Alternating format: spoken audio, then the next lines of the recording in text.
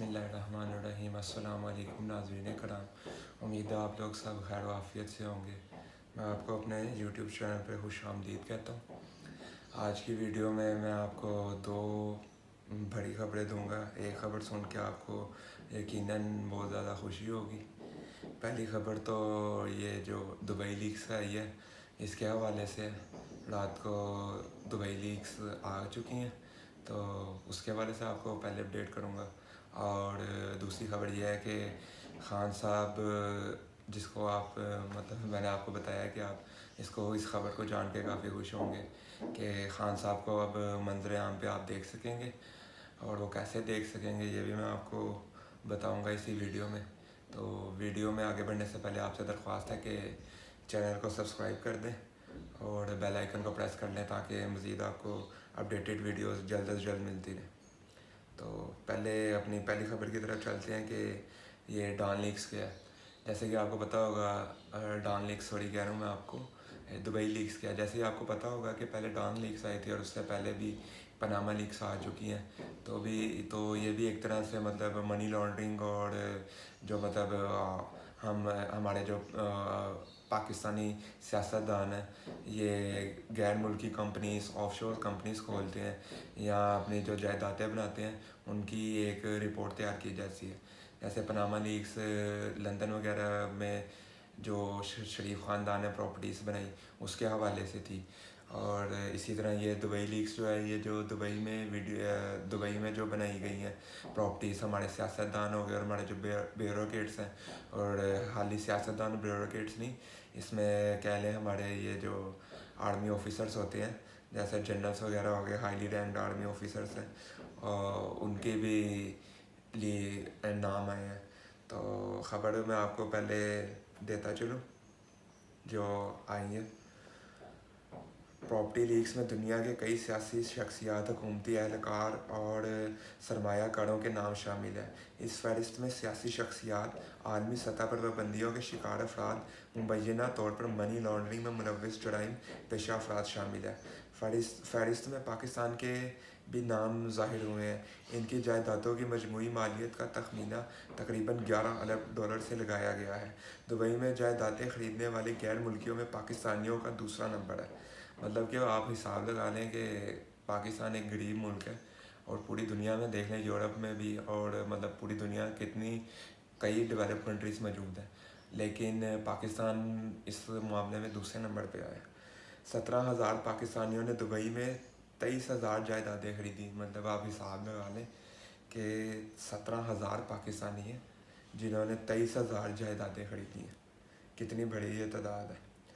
Property leaks میں شامل پاکستانیوں میں صدر آصف علی زرداری کے 3 بچے، حسین نواز، وزیر داخلہ محسن نقوی کی اہلیہ شرجیل میمن اور ان کے گھر والے، سینئر سینیٹر فیصل وارڈا، فرق گوگی، شیر افضل مروت، سندھ اور بلوچستان اسمبلی کے 4 MNAs اور 6 MPA شامل ہیں۔ مطلب یہ وہ لوگ ہیں جن کا مطلب دبئی لیکس میں ان سب کا نام آیا۔ تو بیسیکلی یہ جو خبر ہے نا، یہ آپ کے فیصل وارڈا نے ہی پہلے لیک کی ہے کہ ان کو پتہ لگ چکا تھا کہ یہ خبر آنے والی ہے۔ تو ان کا بھی آپ کو ایک ٹویٹ میں پڑھ کے سنا دیتا ہوں کہ فیصل وارڈا نے یہ لیک سے پہلے ایک اپنی ٹویٹر اکاؤنٹ پہ ایک ٹویٹ کیا تھا۔ وہ لکھتے ہیں کہ خبر ہے کہ مخصوص میڈیا گروپس میں پھر کوئی پروپیگنڈا ہونے کو ہے کہ دار بھی عالمی میڈیا طاقتوروں سے جڑے ہوئے ہیں۔ لیکس والے کھلاڑی پھر متحرک ہیں۔ اس پروپیگنڈا کی ٹائمنگ چیک کریں۔ کیا آزاد کشمیر میں ہونے والے منصوبہ بندی اور اس کھیل کے کھلاڑی ایک ہی ہیں؟ اس پروپیگنڈا میں ممکنہ طور پر کئی اہم شخصیات کی پراپرٹی سے متعلق گمراہ کن تفصیلات بتائی جائیں گی۔ مطلب ان کو پہلے ہی پتہ تھا، جبکہ ایک مخصوص طبقے کو کلین چٹ دینے کے فرمائشی پروگرام بھی بنایا گیا ہے۔ کیا آنے والی اس مہم کا ٹارگٹ SIFC، مطلب جو فوج نے نیا سرمایہ کاری کے لیے ادارہ بنایا ہے اس کی بات کر رہے ہیں کہ کیا آنے والی اس مہم کا ٹارگٹ SIFC، دوست ممالک اور پاکستان میں آنے والی عالمی سرمایہ کاری ہے؟ سوال یہ ہے کہ اس کا حتمی ہدف کون ہے؟ وقت آنے پر سب بتاؤں گا۔ یہ فیصل وارڈا کا ٹویٹ ہے۔ تو اس کے بعد ہی تھوڑی دیر بعد ہی رات 8 بجے تقریباً دبئی لیکس آ گئی تھیں، اور اس کے اندر جو میں نے آپ کو نام بتایا ہے، دبئی لیکس میں یہ مطلب ہوتا ہے کہ مطلب اس کی تفصیلات نہیں دی جاتی. مطلب آپ پاکستان سے یا کسی بھی ملک سے آپ کوئی پیسہ لے کے آ رہے ہیں تو آپ نے وہ کیسے کمایا ہے، مطلب اس پہ کیسے آپ اس کو ادھر لے کے آئے ہیں دبئی میں، مطلب آیا وہ آپ لیگل وے میں دبئی لے کے آئے ہیں یا انلیگل وے میں لے کے آئے ہیں. تو اس کا یہ ہوتا ہے. اب یہ نہیں ہے کہ وہ پیسہ چوری کا ہی ہے، پیسہ بے شک چوری کا بھی ہو سکتا ہے اور چوری کا نہیں بھی ہو سکتا. مطلب اس کی تفصیلات نہیں دی جاتی کہ آپ یہ پیسہ لے کے کہاں سے آئے ہیں. مطلب آپ دبئی میں یہ سرمایہ کاری کر رہے ہیں، آپ ادھر کمپنیز بنا رہے ہیں، آپ ادھر کچھ بھی کر رہے ہیں، تو وہ پیسہ آپ کے پاس آیا کدھر سے.